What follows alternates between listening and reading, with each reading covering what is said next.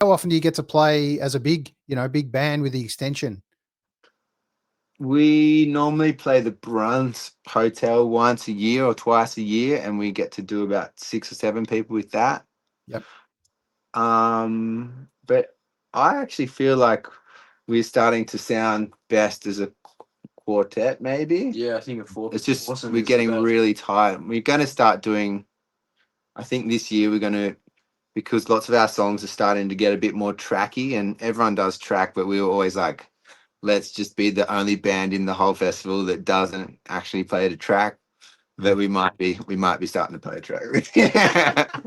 Because I don't know, we went to Splendor and everything, and literally just everyone just had huge track.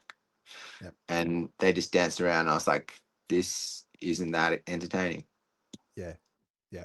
Even like some of my favorite musicians, I was like, I'm not getting anything from this. But yeah, that's probably because I'm a live music. Like I love watching live music because I play it. I don't know. Just on that, give us a band each or an act each that we should be looking at or following that's kind of really killing it at the moment for you guys, that you're really resonating with. Probably Skaggs. Skaggs are cool. Yep. There's a dude I really like. Oh yeah, he's sick. I've been frothing on Baby No Money, and there's a chick called Cobra. Okay. Cobra's real filthy. Cool. There's a song called Good Puss, which is incredible. That was like our inspiration for Lit. Yeah, great. Baby No Money. Who else were we sort of looking at for our last album? Like Young Gravy. Yeah, Young Gravy. Great name, man. Great name. Yeah, they're pretty feral. They're bad boys. I've been listening to Drake a lot and Kendrick Lamar a lot. And lots of Doechii. Lots of Doechii. Oh, Doechii, yeah. Yep.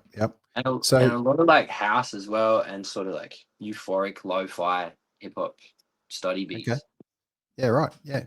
So you guys, the bit I love about you is you don't take yourselves too seriously. You get out there and absolutely have fun.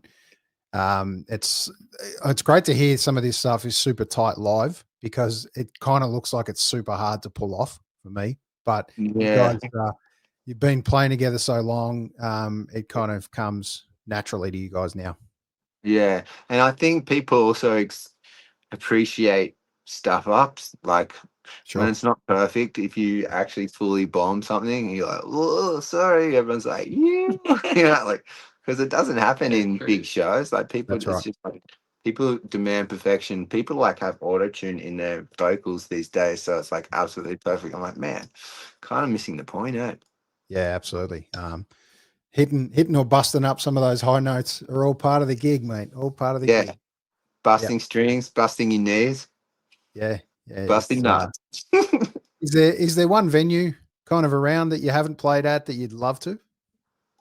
Red Rocks. Oh yeah, for sure. Or Madison Square Garden. That'll do it too. Yeah. So who would obviously you guys would be headlining? Who would open for you? Who would open for it? Tony Hinchcliffe. Shannon Knoll. Jay-Z. Maybe Jay-Z.